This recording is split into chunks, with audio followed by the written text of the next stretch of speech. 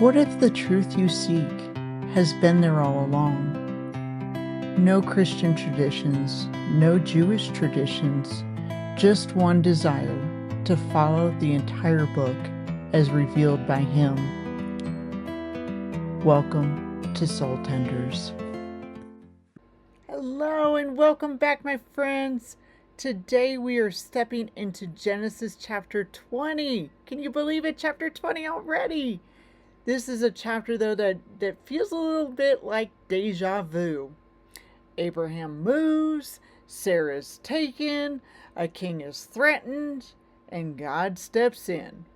But beneath this familiar pattern, Genesis 20 gives us a surprising amount of insight into Abraham's humanity, God's sovereignty, and the spiritual worldview of the ancient Near East.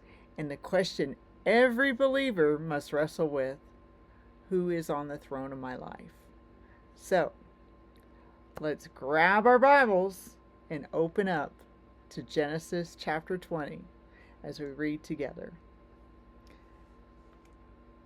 Abraham traveled from there toward the Negev and lived between Kadesh and Shur. While living as an alien in Gerar, Abraham was saying of Sarah, his wife, "She is my sister." So Avimelech, king of Gerar, sent and took Sarah. But God came to Avimelech in a dream one night and said to him, "You are about to die because of the woman you have taken, since she is someone's wife." Now Avimelech had not come near her. So he said, "Lord, will you kill even an upright nation? Didn't he himself say to me, 'She is my sister'? And even she herself said, 'He is my brother.' In doing this, my heart has been pure and my hands innocent." God said to him in the dream, "Yes, I know that in doing this your heart has been pure, and I too have kept you from sinning against me. That is why I didn't let you touch her. Therefore return the man's wife to him now. He is a prophet, and he will pray for you, so that you will live. But if you don't return her, know that you will certainly die, you and all who belong to you."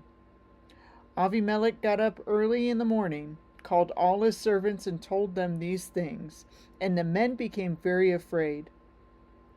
Then Avimelech called Abraham and said to him, "What have you done to us?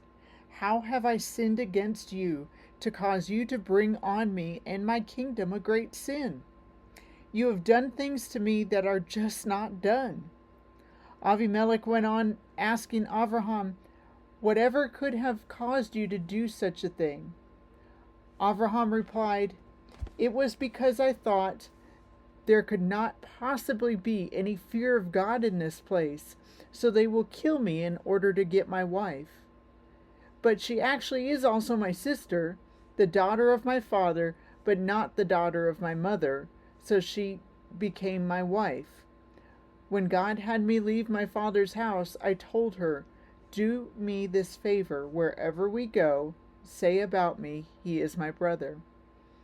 Avimelech took sheep, cattle, and male and female slaves, and gave them to Abraham, and returned to him Sarah his wife. Then Avimelech said, 'Look, my country lies before you. Live where you like.' To Sarah he said, 'Here, I have given your brother 1,000 pieces of silver. That will allay the suspicions of everyone who is with you. Before everyone you are cleared.' Abraham prayed to God, and God healed Avimelech and his wife and slave girls so that they could have children, for Adonai had made every woman in Avimelech's household infertile on account of Sarah, Abraham's wife." Well, in this chapter we're finding Abraham traveling towards the Negev, and he settles in Gerar, a region that's going to be later known as Philistia, the home of the Philistines. Surprise, surprise. Gerar, it sits right on the edge of what we know today as the Gaza Strip. So this chapter takes place in a region that still makes headlines almost daily today.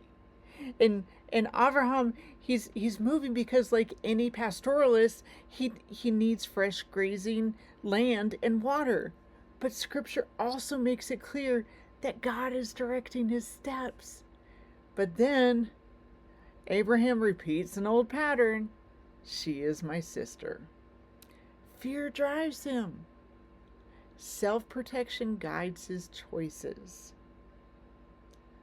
Where have you repeated old patterns out of fear, even after you have seen God's faithfulness? It's common. We see it in Abraham. We do it too. But we have to be people of faith. Drive out that fear, because God is faithful. But as we see in verse 2, look through verse 2 through 7. Avimelech, he takes Sarah. But before anything can happen, God intervenes. So good. He appears in a dream to Avimelech and he says, "You are about to die because she's a married woman." And this is really important. God speaking to a pagan king, he doesn't only speak to his people. He's sovereign over all the earth. He'll speak to anyone. He'll intervene anywhere, anytime, with anyone. That's big. But Avimelech, he pleads innocence. "I didn't know. My hands are clean." And God responds, "Yes. Yeah, I know. I kept you from sinning." This shows us something beautiful. Sometimes God, he protects us from disasters we never knew were aiming at us. Can you think back on how many times God has protected you from something you never even saw coming? In most of the Old Testament, this is a little side note here, the word Lord, it also translates Yahweh, God's personal name. But in this chapter, the text is using Adonai, and that's a generic word for Lord. But Avimelech, he knows he's encountering a spiritual being with authority. He just doesn't know what God. And he's a king. But even though he doesn't know what God, he's obedient. Are you as responsive to God's voice as Avimelech was? Or do you need more confirmation, more proof, more comfort before you act? Many people do. Oh, if we could have the faith of a pagan king to heed God's voice. The morning comes, and Avimelech, he summons his officials, and everyone becomes afraid because they recognize the divine activity. And he confronts Abraham and he says, "What have you done to us? Why would you bring this guilt on our kingdom? What made you do this?" And Abraham, he answers honestly, "I thought there was no fear of God here, that you would kill me for my wife." And he adds, "But yeah, she is my sister, the daughter of my father, but not my mother." We talked about this before in ancient Hebrew culture. It was a gray area and it kind of made sense, but it's still a deception. Abraham, yeah, he is a man of faith. God records him as that. But he's also a man, a human with weaknesses, patterns, and fears. Yet God in his gracious and mercy is still redeeming. And that should give each and every one of us hope. God works through imperfect people. He always has, and he always will. You know, oftentimes we assume the worst about people or places, and we make our decisions on fear rather than prayer. And that's exactly what Abraham did. But Abimelech, he returns Sarah. Not only that, once again, they get more gifts. They get their honor restored. And even Abraham gets granted permission to live anywhere in this land. And what a striking contrast. Abraham lies, stretches the truth. He endangers others. Abraham's fear exposes a lack of trust, but Abimelech, this pagan king, acts with integrity, generosity, and humility. And sometimes God will use unbelievers to reveal our blind spots. Sometimes the world will behave with more dignity than God's people. That's an ouch. That should convict us. Have you ever seen God use someone outside of faith in Him to correct or challenge or sharpen you? Boy, when it does, that's like I call them God smacks. Ooh, that's a paddle.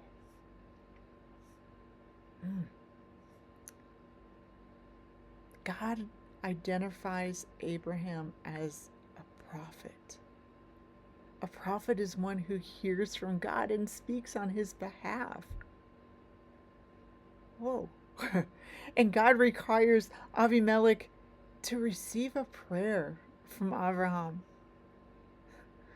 Even in Abraham's flawed behavior, God has not revoked his calling. God's not done with him. You don't get discarded because you mess up. Grace covers Abraham, and grace will cover us. God's mercy speaks louder than our mistakes. When Abraham prays, God heals the women of Abimelech's household, and God restores their fertility. So we know that this situation had been going on months, not just days. This wasn't just something that had a passing flight. This has been going on for a while if women had become infertile enough that things had been noticeable. But do you really believe in your heart that God can still use you even after a failure? Or do you believe the lie that you're disqualified? Do you disqualify yourself more quickly than God would? He still wants you.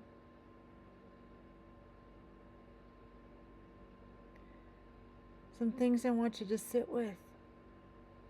God's sovereign over everyone, believer and unbeliever alike. He communicates with Abimelech. He restrains sin. He guards Sarah. Yet he holds Abraham accountable. And if God is sovereign over everyone, how does this reshape our prayers even over difficult people, maybe especially over difficult people? Abraham is a prophet, but he's also still deeply human. He carries a calling, but he also carries patterns. This chapter, it's not about this flawless hero. It's about a faithful God who refuses to abandon his covenantal partner, even when he messes up. What patterns is God trying to break in you? And me? But the question is, are we willing to let him break those patterns?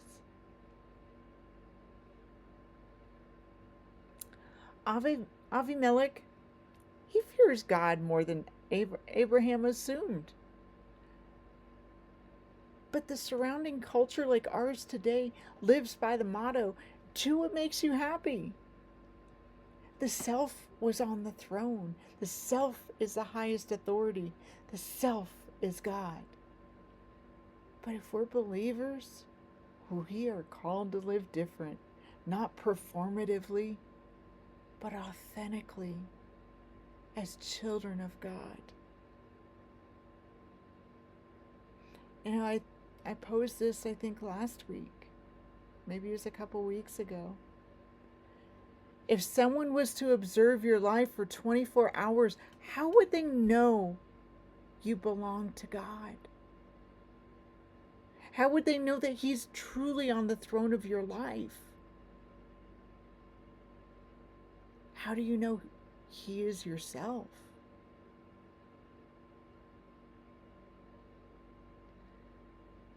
And what does it look like for you personally to be set apart? Genesis 20, it's not just a story on repeat. It's a reminder that God is faithful even when we're fearful. He's sovereign even when we're inconsistent. And He's merciful even when we falter. Abraham's God is our God, the one who protects, the one who corrects, the one who restores, and the one who calls us into deeper trust. That's the one I want you to sit with this week. That's the one I want you to really ask yourself, am I letting Him be on the throne of my life?